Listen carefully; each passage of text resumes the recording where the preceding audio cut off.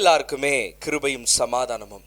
ஏசு கிறிஸ்து உங்க எல்லாரையும் அவர் நேசிக்கிறார். ஒரு நாளும் உங்களை அவர் கைவிட விரும்புகிற கர்த்தர் அல்ல. நம்ம பார்த்து கொண்டு வருகிறோம், கர்த்தர் நம்மளுக்கென்று வைத்திருக்கிற அந்த ஆசீர்வாதங்கள் சிலுவையில் அவர் சாபமாகி நம்மளுக்கு ஆசீர்வாதத்தை சம்பாதித்து கொடுத்திருக்கிறார். அந்த வெளிப்பாடு வந்த உடனே தான் நம்ம வாழ்க்கையில் அந்த இடத்துக்கு போக முடியும். பாருங்க, அந்த வெளிப்பாடு நம்மளுக்கு வராத வரைக்கும் நம்மளுக்குன்னு ஒன்று வைத்திருக்கிறாருன்றதே தெரியாமல் போயிடுது. அல்லேலூயா. அப்போ ஒவ்வொரு நாளுமே தேவனுடைய ஆசீர்வாதங்களை நான் உங்களோடு கூட பகிர்ந்து கொண்டு வந்துன்னு இருக்கிறேன். நீங்கள் ஒரே ஒரு நாள் கூட மிஸ் பண்ணாம, ஆண்டவர் இந்த 100 நாள்ன்றது என்னன்னா, ஆண்டவர் உங்களுக்கு என்னென்ன வைத்திருக்கிறார், எப்படியாப்பட்ட வாழ்க்கையை உனக்கு வைத்திருக்கிறார், எது கொடுக்க விரும்புகிறார், நீ எப்படி வாழணும்னு விரும்புகிறார்ன்றதை தான் நம்ம பேசின்னு வரோம். ஆனால் அதுக்கு 100 நாள் பத்தாது, வாழ்நாள் முழுவதும் பேச முடியும். ஆனால் இன்னைக்கு கர்த்தர், தேவனாகிய கர்த்தர் ஸ்பெசிஃபிக்காக ஒவ்வொரு நாளும் அந்த வெளிப்பாடுகளை நீங்கள் எழுதி வைப்பீங்கன்னா, அதை தியானிப்பீங்கன்னா, இதெல்லாம் எனக்கு ஆண்டவர் வச்சிருக்கிறாரு அப்படின்றத நீங்கள் தியானிப்பீங்கன்னா, உங்களுடைய வாழ்க்கையில் நான் சொல்கிறேன், நீங்கள் அந்த இடத்த அடையுவீங்க. இன்னைக்கு டியூட்ரானமி 28 சொல்லப்பட்டிருக்கிற எல்லா வாக்கு தத்தங்களையும் சுதந்திரித்து கொள்ளும்படியாய் நம்ம இங்கே அழைக்கப்பட்டிருக்கிறோம். தேவன் சொன்னாரு, இந்த நியாயப்பிரமாண புஸ்தகத்துக்கு நீ நியாயப்பிரமாணத்தை நீ கீழ்ப்படிவனா, சொல்லப்பட்டிருக்கிற கட்டளைகளெல்லாம் நீ கீழ்ப்படிவனா, கீழ்ப்படிஞ்சா, நீ ஒபே பண்ணா, இந்த உபாகமம் 28 சொல்லப்படுகிற எல்லா ஆசீர்வாதத்தையும் நீ சுதந்திரித்து கொள்ளுவேன். இல்லைனா அதுக்கு ஆப்போசிட், நீ எல்லாத்துலேயும் கீழே போயிடுவேன். நீ மேலே இருக்க மாட்ட, கீழே இருப்ப. நீ உன்னுடைய பட்டணத்தில் சபிக்கப்பட்டிருப்ப, உன்னுடைய தேசத்தில் சபிக்கப்பட்டிருப்ப. நீ கையிட்டு செய்கிறதெல்லாம் வாய்க்காமவே போயிடும். நீ கடன் கொடுக்க மாட்டோம், நீ கடன் வாங்குற நிலைமையில இருப்ப. இதெல்லாம் சாபம். பாருங்க. ஆனால் இயேசு கிறிஸ்து பாவம் அறியாத அவர் நமக்காக பாவமாகி அவருடைய இரத்தம் சகல பாவங்களையும் சுத்திகரித்து பிதாக்கு முன்பதாய் நம்மளை ரைட்டா நிற்க வச்சிருக்கிறாராம். எப்படி நிற்க வச்சிருக்கிறார்னா, ரைட்டா நிற்க வச்சிருக்கிறார். நம்மளை நீதிமானா நிற்க வைத்திருக்கிறார். கிறிஸ்துவுக்குள்ள நாம் எல்லாருமே நீதிமான்களா இருக்கிறோம். கிறிஸ்துவுக்குள்ள நம்ம எல்லாருமே மன்னிக்கப்பட்டவர்களா இருக்கிறோம். கிறிஸ்துவுக்குள்ள நம்ம எல்லாருமே ஆசீர்வதிக்கப்பட்டவர்களா இருக்கிறோம். நியாய பிரமாணத்தினால வருகிற அந்த சாபத்துக்கு நம்மள ஆண்டவர் நீங்களாக்கி ரட்சித்திருக்கிறாராம். அந்த நியாய பிரமாணத்துக்கு நம்மளை நீங்களாக்கி ரட்சித்திருக்கிறாரு. எப்படின்னா, நம்மளுடைய சாபத்தை, நியாய பிரமாணத்தினால வர அந்த சாபம், பாவத்தின் சம்பளம் மரணம், அந்த மரணத்தை ஏற்றுக்கொண்டார். மரத்தில் தூக்கப்பட்ட எவனும் சபிக்கப்பட்டவன் பைபிள் சொல்லுது. இயேசு கிறிஸ்து நமக்காக சாபமானார். அந்த பைபிள் சொல்லுது, ஒருவன் கீழ்ப்படியாம போனதுனால நம்ம எல்லாம் பாவி என்று எண்ணப்பட்டோம். ஒருவர் கீழ்ப்படிஞ்சதுனால நம்ம நீதிமானா இருக்கிறோம் கிறிஸ்துவுக்குள்ள. அப்போ நீதிமான் சிரசின் மேல் ஆசீர்வாதம் தங்கும். கர்த்தருடைய ஆசீர்வாதம் ஐஸ்வர்யத்தை தரும், அதோட வேதனையை கூட்டார். வேதனை இல்லாத ஒரு ஆசீர்வாதத்தை அவர் உங்களுக்கு வைத்திருக்கிறார். அல்லேலூயா, ஆமென். அதை எக்ஸ்பெக்ட் பண்ணுங்க, அதை எதிர்பாருங்க. எனக்கு கர்த்தர் வேதனை இல்லாத ஒரு ஆசீர்வாதத்தை வைத்திருக்கிறாரு. நீங்க ஹார்ட் ஒர்க் பண்ணி, நீங்க போராடி, உங்களால ஒன்று முடியாது. பாருங்க, இன்னைக்கு நிறைய பேர் ஹார்ட் ஒர்க் பண்ணி போனாலும் ஒரு கட்டத்து வரைக்கும் தான் அவர் நின்று போயிடுவாங்க. ஆனால் தொடர்ந்து முன்னேறது அவங்களுடைய பலத்தை பொறுத்து தான். பாருங்களேன், அதனால தான் புதிய ஏற்பாடுல ஆண்டவர் சொல்றார், என்னை பலப்படுத்தும் கிறிஸ்துவினால எல்லாவற்றையும் செய்யறதுக்கு எனக்கு பலன் உண்டு அப்படின்னு பைபிள் சொல்லுது. இன்றைக்கு தேவனாகிய கர்த்தர் உங்களுடைய வாழ்க்கையில அவர் உங்களை எப்படி இருக்கணும்னு விரும்புகிறார் கடைசி ஆசீர்வாதத்தை டியூட்ரானமியில் சொல்லப்படுகிற 13வது வசனத்தில் 28 டியூட்ரானமி 28:13 சொல்லப்படுகிற கடைசி ஆசீர்வாதத்தை பார்க்க போகிறோம்.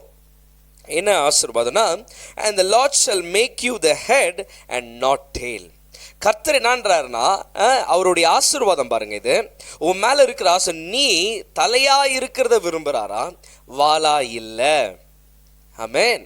அவர் தலையா, நீ தலையா இருக்கணும், நீ மேல இருக்கணும், ஆனா கீழே இருக்க கூடாதுன்றத ஆண்டவர் ஆணித்தனமா உன்னை ஆசீர்வதிக்கிறார். இது ஆணித்தனமா நீ நம்பணும். நாம் எங்கே போனாலுமே கர்த்தர் நான் மேலே இருக்கிறேன்னு சொல்ல தேவையில்லை. அவருடைய பலத்த கரத்தில் நீ அடங்கி இருந்தாலே, அவர் உனக்கு வாக்குத்தத்தம் கொடுத்துருக்கிற அந்த வார்த்தையை நம்பி இருந்தாலே நீ மேலே வருவ. அப்போ கர்த்தர் நீ கீழே இருக்கிறத விரும்பல, எதுலையுமே நீ குறைப்பட்டு போகிறது விரும்பல, எதுலையுமே யாருக்கிட்டையும் கடன் வாங்குறவனா இருக்கிறத கர்த்தர் விரும்பல. அல்லேலூயா. இதுவரைக்கும் நீங்கள் கடன் வாங்கி இருக்கலாம், இதுவரைக்கும் மற்ற இடத்துல போய் நின்று இருக்கலாம், இதுவரைக்கும் உங்களுக்கு நான் எதை ஆரம்பித்தாலும் என்னை ஆசீர்வதிக்கிற ஒருத்தர் இருக்கிறாருன்றது தெரியாமல் இருந்திருக்கலாம். அதனாலேயே ஆரம்பிக்க நினச்ச அந்த பிஸ்னஸை ட்ராப் பண்ணியிருக்கலாம். ஏதோ ஒன்று பண்ண நினைக்கும் போது இதெல்லாம் என்னால் முடியாது அப்படின்னு விட்டுருக்கலாம். ஆனால் உங்களுக்கு ஒரு நிச்சயம் இருக்கணும். என்ன நிச்சயம்?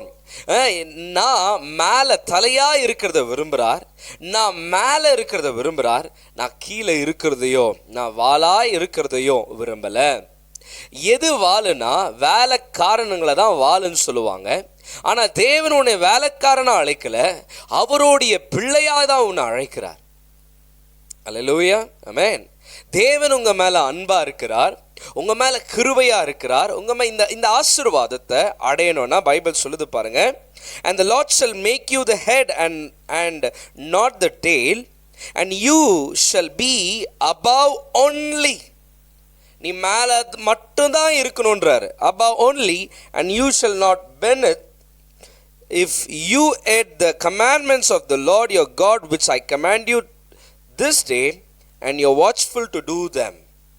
நீயும் நானும் நியாய பிரமாணத்தை, பழைய ஏற்பாடில் நியாய பிரமாணத்தை நீ செய்வனா நீ மேலே இருப்ப, இல்லைனா நீ கீழே இருப்பேன்னு.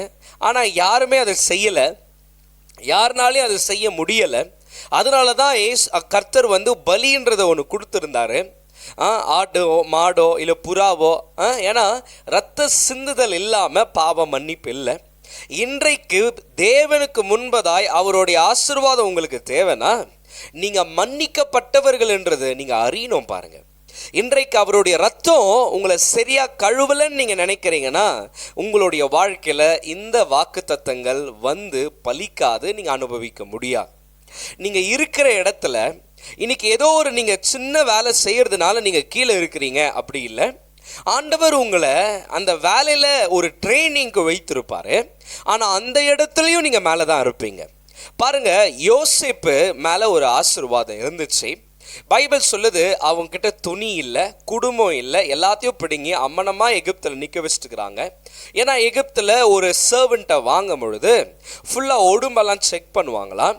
அவன் ஒன்றும் இல்லாத போதே பைபிள் சொல்லுது அவன் சக்ஸஸ்ஃபுல், கர்த்தர் அவனோடு இருந்தார், அவன் சக்ஸஸ்ஃபுல் மேனாக இருந்தானா. போர்த்திபார் வீட்டில் இருந்தான், அங்கே சூப்பர்வைசராக மாறினான். ஜெயிலுக்கு போனால் அங்கேயும் ஜெயில் சூப்பர்வைசராக மாறிட்டான். ராஜா கிட்ட போனால் அந்த நாட்டுக்கே ஒரு பிரைம் மினிஸ்டராக மாற்றிட்டான். தன் பிள்ளைகள் எங்கே இருந்தாலும், எந்த கம்பெனிக்கு நீ வேலை செஞ்சாலும், எந்த ஜனங்க மத்தியில் நீ இருந்தாலும் நீ தலையாதான் இருப்பேன் பைபிள் சொல்லுது. நீ மேலே தான் இருப்பியான், கீழையும் வாளாவும் நீ இருக்க மாட்டியான். ஏன்னா இந்த நியாய பிரமாணத்தை நீ கீழ்ப்படிஞ்சாதான் பைபிள் சொல்லுது பழைய ஏற்பாடில். ஆனால் புதிய ஏற்பாடில் கெலேஷியன்ஸில் 3ஆம் அதிகாரத்தில் நீங்கள் படிச்சிங்கன்னா நியாய பிரமாணத்தினால வர அந்த சாபத்திலேருந்து உன்னை ஆண்டவர் நீங்களாக்கி விட்டார். அவருடைய பங்காளியாய் அவருக்கு சொந்தமானது எல்லாமே நமக்கு சொந்தமானதாக இருக்கு. அல்லேலூயா, ஆமென். அப்போது நல்லா ஒன்று கவனிங்க. இன்னைக்கு நீங்கள் கீழே இருக்கிறத உணர்றீங்களா? நீங்கள் ஏதோ ஒரு நிலைமையில் இருக்கிறத உணர்றீங்களா? இல்லை. அப்போது நீங்கள் மேலே இருக்கணும்னா நீங்கள் கடன் வாங்கக்கூடாது. இது ரொம்ப ஆடாக இருக்கும் பாருங்களேன். ஒரு அர்ஜென்ட்டுக்கு நான் என்ன பண்ணுறது, ஒரு இதுக்கு நான் என்ன பண்ணுறது அப்படின்னு நீங்கள் இருக்கலாம். ஆனால் உங்களை தலையாக இருக்க கர்த்தர் விரும்புகிறார், உங்களை வாளாக இருக்க விரும்பலை. நீங்கள் கடன் வாங்கினீங்கன்னா கடன் கொடுக்குறவனுக்கு அடிமையாக இருப்பீங்க. அவங்க எது வேணாலும் பேசுவாங்க, நீங்கள் தாங்கி கொள்ளுகிற நிலைமைக்கு வந்துடுவீங்க. அவங்க உங்களை அவமானப்படுத்துவாங்க, இது எல்லாத்தையுமே நீங்கள் தாங்கி தான் தீர வேண்டிய ஒரு நிலைமைக்கு வந்துடுவீங்க. ஆனால் ஆண்டவருடைய சித்தம் அது இல்லவே இல்லைங்க. ஆண்டவர் உங்கள் மேலே மிகுந்த அன்பு கொண்டவராக இருக்கிறார். மிகுந்த உங்களை உயர்வுல வைக்கணும்னு விரும்புகிறார். அதுதான் நான் முன்னாடி சொன்னேன். கர்த்தர் மேலே பயந்துருக்கிறோம், ஜெபம் பண்ணுறோம், ஃபாஸ்டிங் எடுப்பாங்க, என்னென்னவோ ஜெபம் பண்ணுவாங்க, ஆனால் விசுவாசம் இல்லாத இருப்பாங்க. விசுவாசிக்கிறவன் பதறான். எந்த சூழ்நிலையை கண்டு பதறான்? எனக்கு சொன்னவர் அவர் நிறைவேற்றுவார். எனக்கு வாக்கு கொடுத்திருக்கிறவர், அந்த என்னை ஆசிர்வதிக்கிறேன்னு ஒருத்தர் வாக்கு கொடுத்திருக்கிறார். அந்த வாக்கு தத்தத்தை தான் நம்ம நம்பணும், தவிர அதை விட்டுட்டு இவ்வளோ நாள் பார்க்கலாம், இதுக்கப்புறம் செய்யலையா, யார்கிட்ட கடன் வாங்கியாவது மற்றவங்க முன்னாடி நான் அவமானப்பட்டு போகாதபடிக்கு என்ன பண்ணிடலாம், நானே என் பிரச்சனையை சால்வ் பண்ணலான்னு போனீங்கன்னா அது இன்னும் பிரச்சனையில் போய் சேரும், தவிர என்றைக்குமே நீங்கள் மேலே இல்லாத போயிட முடியும். ஸோ உங்களுக்கு ஆண்டவர் ஒரு வாக்கு தத்தத்தை கொடுத்துருக்கிறார். நீ மேலே இருக்கிறதையும் நீ தலையா இருக்கிறத விரும்புகிறார். எகிப்துல தான் நீ தலை குனிஞ்சு வாழ்ந்துருந்த, இதுவரைக்கும் நீ தலை குனிஞ்சு வாழ்ந்துருந்த. ஆனால் எப்போ இயேசு கிறிஸ்து அறிஞ்சியோ அவர் உனக்கு ரட்சிப்பை கொடுத்து மீட்டெடுத்தது நீ இன்னும் தலை குனியறதுக்காக இல்லை. அது ரட்சிப்பு பரலோகெல்லாம் கெச்சிடும், பணம் கிடைக்காதே, அப்படி இல்லைங்க. தேவன் உங்களுக்கு ஒரு எதிர்காலத்தை வைத்திருக்கிறார், ஒரு பெரிய நன்மையை வைத்திருக்கிறார், ஒரு பெரிய ஆச்சரியத்தை வைத்திருக்கிறார், ஒரு பெரிய எதிர்பார்ப்புக்கு மேலே செய்கிற ஒரு கர்த்தரா அவர் இருக்கிறார். இந்த நாளில் தேவன் உங்கள் மேலே தயவாய், தேவன் உங்கள் மேலே இரக்கமாய், தேவன் உங்கள் மேலே மிகுந்த அன்பு கொண்டவராக இருக்கிறார்.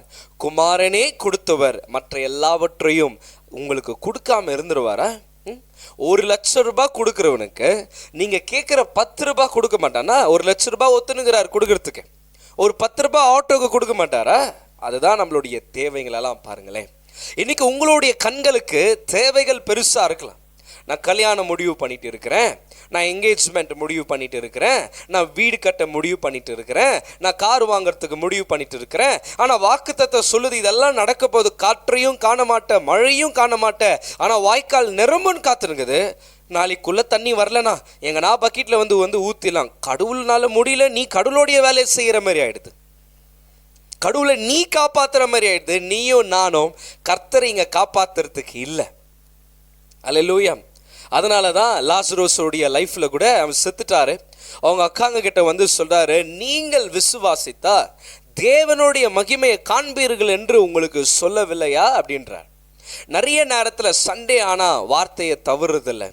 வீடியோஸில் இப்போ நீங்கள் வார்த்தையை பார்த்துட்டு இருக்கிறீங்க, ஆனால் வாழ்க்கையில் விசுவாசமே இல்லை. ஆண்டவர் என்னோடு கூட அநேக ஊழியக்காரங்க மூலியமாக பேசினார் பிரதர். ஆனால் அவர் சேர்த்துக்கு முன்னாடி நான் கொஞ்சம் போய் சேர்ந்துடலான்ட்டு ஏதாவது பண்ணி, எனக்கு அவமானமாகுது, ஏதாவது பண்ணி நம்ம மேலே வந்துடலாம், கர்த்தர் செய்தாருன்னு சொல்லிடலாம். இல்லவே இல்லை. அவருடைய பேட்டர்ன் பைபிள் சொல்லுது, கர்த்தருடைய ஆசீர்வாதம் ஐஸ்வர்யத்தை தரும், அதோட வேதனையை கூட்டார். தன் பிள்ளைகள் பைபிளில் அவரை நம்பி வந்த யாருமே வெட்கப்பட்டு போனதா சரித்திரமே இல்லை. நீ இன்னைக்கு தாழ்வில் இருக்கலாம் பாருங்க, கிடியோனை அழைக்கிறார், தாழ்வில் இருக்கிற குடும்பம். சவுல அழைக்கிறார், தாழ்வில் இருக்கிற ஒரு குடும்பம். தாவீதை அழைக்கிறாரு, அவன் குடும்பத்தில் தள்ளப்பட்டு ஒரு ஆடு மேய்க்கிறவனா இருந்தான். பேதுரு அழைக்கிறாரு, மீன் பிடிக்கிறவனா, யோவான் மீன் பிடிக்கிறவன். இவங்க எல்லாருமே அற்பமானவர்கள் தான், ஆனால் அவங்க அற்பமாகவே வாழ்ந்துடல. அவங்களுக்கு ஒரு கர்த்தர் இருக்கிறாரு. அந்த தேவன் அவங்கள உயர்த்தினார். ஆபிரகாமை அழைக்கும் போது கூட ஆபிரகாமனுடைய ஆசீர்வாதத்துக்கு வாரிசுகளா நம்ம இருக்கிறோம். ஆபிரகாமை அழைக்கும் போது கர்த்தர், நான் உன்னை பெரிய ஜாதியாக்கி உன்னை ஆசீர்வதித்து உன் பேரை நான் பெருமைப்படுத்துவேன் அழைக்கிறாரு. 13வது அதிகாரத்திலேயே கர்த்தர் அவனை செல்வசீமானா மாற்றுறார். இன்னைக்கு நீ அவரை நம்புவேன்னா நீ சோர்ந்து போக தேவை இல்லை. பாருங்க, பைபிள் சொல்லுது, கர்த்தருக்கு காத்திருக்கிறவர்களுக்கு கர்த்தர் புது பலன் கொடுக்குவார், சட்டைகளை அடைத்து உயர எழும்புறதுக்கு அவர் உதவி செய்வார். நீ ஓடினாலும் நடந்தாலும் களைப்படைய மாட்டியா. நான் வாழ்க்கையில் எப்படின்னா முன்னேறணும்னு ஏதாவது கடன் வாங்கி, ஏதாவது லோன் வாங்கி வாங்கியிருக்கிற கடனை தீர்க்கறதுக்கு எங்கன்னா எப்படி நான் வட்டி வாங்கி நகைங்களை வைத்துட்டு ஏதாவது நீங்கள் பண்ணுறதுனால தான் இன்னைக்கு வறுமையில் இருக்கிறீங்க, இன்னைக்கு மற்றவங்கிட்ட அடிமையில் இருக்கிறீங்க. வெறும் இந்த வாக்கு தத்தங்களை பேசுறது மாத்திரம் இல்லை, அந்த வாக்கு தத்தங்களை பேசும்பொழுது அந்த வாக்கு தத்தத்தையே நம்பி இருக்கிறது தான் ரொம்ப நல்லது. பாருங்க, நான் வாளாக இருக்க மாட்டேன், தலையாக இருப்பேன், நான் கீழே இருக்க மாட்டேன், மேலே இருக்க மாட்டேன்னு கடத்துக்கு போய் நின்று இருக்கக்கூடாது. மற்றவங்க கிட்ட உதவிக்கு போய் நின்று இருக்கக்கூடாது, கையேந்தி நின்று இருக்கக்கூடாது. எனக்கு ஒருத்தர் அப்படின்னா கர்வமாக சுத்துங்க, கிறிஸ்துவுக்குள்ள கர்வமாக சுத்துங்க. என்னை காப்பாற்ற அவர் வருவார், என்னை மீட்கிறதுக்கு அவர் வருவார். பாருங்க, பேதுரு தண்ணியில முழுங்கிட்டான், அவனுக்கு நீச்சல் தெரியாதா? ஜான் ஜெபராஜானா கூட அந்த பாடலை பாடியிருக்கிறாரு. அவருக்கு ஒரு வெளிப்பாடு கர்த்தர் கொடுத்துருக்கிறாரு. அவனால நீச்சல் அடிக்க முடியும், உன்கிட்ட பணம் இருக்க முடியும், ஆனா அந்த பணத்தை கொடுத்து நீ எது வேணாலும் பண்ணலாம். ஆனா நீ ஆண்டவரை நம்புறனா, உங்ககிட்ட இருக்கிற இன்ஃப்ளூயன்ஸ்க்கு யாருக்கு வேணாலும் நீ ஃபோன் பண்ணலாம். ஆனா எனக்கு அவங்களே இல்லை, எனக்கு ஒரு ஆண்டவர் இருக்கிற, அவரே என்னை காப்பாற்றுவார் நீ நம்புறனா, அவர் உங்களை தலையா வைப்பார், அவர் உங்களை மேலே வைப்பார். இன்னைக்கு சோர்ந்து போய் சில நேரத்தில் நம்மளுக்கு பேஷன்ஸ் ரொம்ப ரொம்ப முக்கியம். பாருங்க, இந்த ப்ராசஸில் நம்மளுக்கு ரொம்ப ரொம்ப முக்கியம் பொறுமை தான். ஐயோ டேட் கிட்ட வந்துச்சே, சொன்ன நாள் கிட்ட வந்துச்சே, என்ன நடக்க போதோ, பயப்படாதீங்க. உங்களை தலையாய் வைக்கிறவர் ஒருத்தர் இருக்கிறார், உங்களை மேலே வைக்கிறவர் ஒருத்தர் இருக்கிறார். யார்கிட்டையும் போய் நீங்கள் கடன் வாங்க தேவையில்லை, யார்கிட்டையும் போய் கையேந்த தேவையில்லை. இதை தெரிஞ்சின பிறகும் நீங்கள் போய் நிற்பீங்கன்னா நீங்கள் தலையாக இருக்க முடியாது, வாளாதான் இருப்பீங்க. மேலே இருக்க முடியாது, கீழே இருப்பீங்க. ஏன்னா நீங்கள் ஒருத்தருக்கு வணங்க வேண்டியது வந்துடும், ஒருத்தருக்கு கெஞ்ச வேண்டியது வந்துடும். நீங்கள் இஷ்டத்துக்கு கடன் வாங்கினே இருப்பீங்க. கர்த்தர் கொடுத்துன்னு நீ வட்டியிலையோ நீ மற்றவங்களுக்கு, ஏன் சில நேரத்தில் அந்த ஒரு லோன்லேயே கட்ட முடியாமல் சில நேரத்தில் ஆயிடுதுன்னா திரும்பி நீ லோனே வாங்கக்கூடாது. நீ திரும்பி கடனே வாங்கக்கூடாது. புரிஞ்சுக்கணும், அதோடைய உன்னை வந்து ஆண்டவர் அடிமையாக இருக்கிறதுக்கு விரும்பலைன்னு நீ புரிஞ்சுக்கணும். என்னை தலையாய் இருக்க அவர் விரும்புகிறார், என்னை வாளா இருக்கிறதுக்கு அவர் விரும்பலைன்றதை நீங்கள் புரிஞ்சுக்கணும். நீங்கள் கீழே இருக்கிறத அவர் விரும்பலைங்க, நீங்கள் மேலே இருக்கிறத விரும்பணும். வெறும் இந்த வார்த்தையை வாயில் லபக்குன்னு ஒரு ஜபத்தில் டப்பன்னு அடிச்சுட்டு ஜபம் பண்ணிடுறாங்க. எனக்கு கர்த்தர் பணத்து தேவைகளை நீங்கள் சந்திப்பீங்கன்னு ஜபம் பண்ணிவிட்டு அந்த பணக்கார மாமாவையும் சித்தப்பாவையும் சொந்தக்காரங்களையும் அண்ணனையும் அக்காவையும் தங்கச்சியும் தம்பியும் இல்லை அவங்கனால எனக்கு ஆசீர்வாதம் இல்லை இல்லை இல்லை அவங்களுக்கு நான் ஆசீர்வாதமாக இருக்க போகிறேன். எத்தனை பேர் நம்புறீங்க? இது வரைக்கும் நீங்கள் கையேந்தவர்களாக இருக்கலாம், கடன் வாங்கிட்டு இருக்கலாம். உங்கள் கடன்களை கர்த்தர் தீர்க்க போகிறார் இயற்கைக்கு அப்பாற்பட்ட விதத்தில். இயற்கைக்கு அப்பாற்பட்ட விதத்தில் உங்களுடைய எல்லா கடன்களையும் தேவன் தீர்த்து வைக்க போகிறார். நீங்கள் கவலைப்பட தேவையில்லை. ஆனால் ஒரு முடிவு உங்கள் இருதயத்தை அவர் பார்க்குறார். இந்த கடன் முடிஞ்சிச்சுன்னா அந்த லோனுக்கு அப்ளை பண்ணிட வேண்டியதுதான். அப்படி போனீங்கன்னா அந்த சூப்பர் நேச்சுரல் மணி ஃப்ளோ உங்கள் வாழ்க்கையில் நடக்காதுங்க. ஏன்னா நீங்கள் இன்னும் அடிமையாக இருக்க விரும்புகிறீங்க.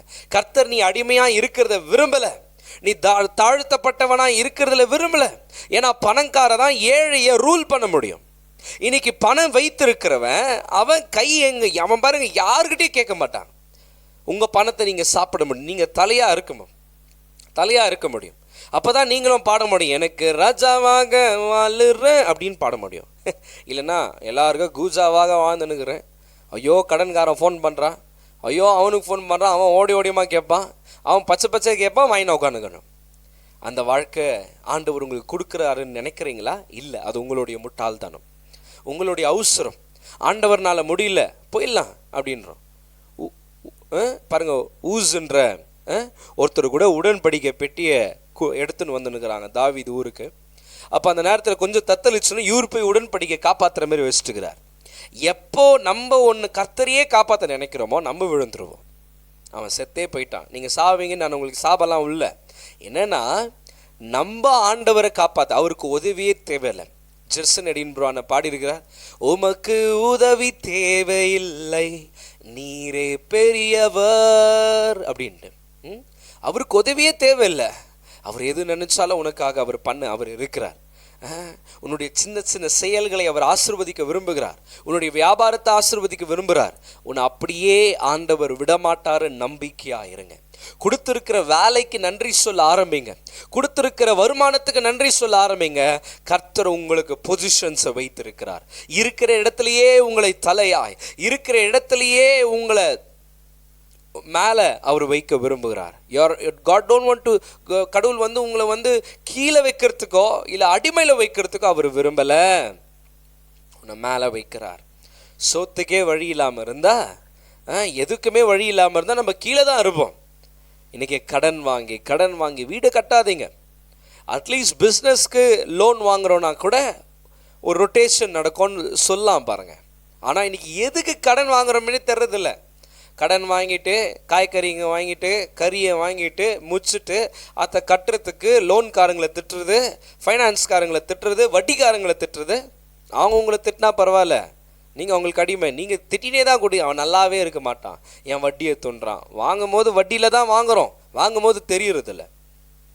துன்மார்க்கந்தான் வாங்கின கடனை கொடுக்க மாட்டானா. அல்லேலூயா. நான் சொல்கிறது, இன்றைக்கி உங்களால் கொடுக்க முடியாமல் இருக்கிறதுனால நீங்கள் துன்மார்க்கன்னு நான் சொல்ல மாட்டேன். ஆனால் வச்சுனே பணம் வரும், கொஞ்சம் கொஞ்சம் வந்தால் கூட அதை முதல்ல தீக்கலாம் பார்க்க மாட்டாங்க. அது எப்படின்னா சாப்பிடலாம். அல்லேலூயா. இல்லை, அப்படி இல்லை. கர்த்தர் உங்கள் மேலே கிருபையாக இருக்கிறார். உங்களை உயர்த்த அவர் விரும்புகிறார், உங்களை மேன்மைப்படுத்த அவர் விரும்புகிறார், நீங்கள் மேலே இருக்கிறத விரும்புகிறார். நாளைய தினத்தில் மறக்காதீங்க, எல்லா டியூட்ரானமி 28 சொல்லப்படுகிற எல்லா வாக்குத்தத்தங்களையும் ஒரு வாட்டி நம்ம தியானிக்க போகிறோம். தொடர்ந்து இதை எழுதி உங்கள் போர்டில், ஒரு வால்பேப்பரில், இல்லை ஒரு ஃபோட்டோ ஃப்ரேம் பண்ண வைங்க. இந்த வாக்குத்தத்தத்தை டெய்லி நீங்கள் தியானிக்க நான் சொல்கிறேன், நீங்கள் உயர்வில் இருப்பீங்க. இது உங்கள் மைண்டில் உட்காந்துரும். கண்களை மூடி செபிக்கலாம். நல்ல தகப்பனே, முற்றிலுமாய் உம்முடைய கிருபைக்காக நாங்கள் செபிக்கிறோம். நாங்கள் கையேந்தி வாழ்கிறத நீங்கள் விரும்பலை. நாங்கள் ஆண்டவரே கை கொடுக்கறத நீங்கள் விரும்புகிறீங்க. எங்களை தலையாய் நாங்கள் மேலே இருக்கிறத விரும்புங்க, கீழேயோ வாளாகவோ நாங்கள் இருக்கிறத விரும்பலை டாடி. உம்முடைய பிள்ளைகள் ஆண்டவரே தினந்தோறும் உம்முடைய வார்த்தையில் தியானமாக இருக்கிற இவர்களை கர்த்தர் நீர் கிரியை செய்கிறதுக்காக நன்றி ஆண்டவரே. உம்முடைய பலத்த கரங்கள், உம்முடைய பலத்த கிருபைகள், உம்முடைய பலத்த இரக்கங்கள் இவர்களுடைய வாழ்க்கையில் கிரியை செய்ய ஆரம்பிக்கட்டும். நன்மையும் கிருபையும் இரக்கமும் தயவும் இவர்களுடைய வாழ்க்கையில் கிரியை செய்யட்டும். பிரமாணத்தினால வருகிற எல்லா சாபத்துக்கு எங்களை நீங்களாக்கி ஆசீர்வதிச்சிருக்கிறீங்க. நாங்கள் தியானிக்கிற ஒவ்வொரு ஆசீர்வாதங்களும் நாங்கள் சுதந்திரித்துக் கொள்ள உதவி செய்யுங்க. இயேசுவின் மூலம் ஜெபிக்கிற நல்ல தகப்பனே, ஆமென்.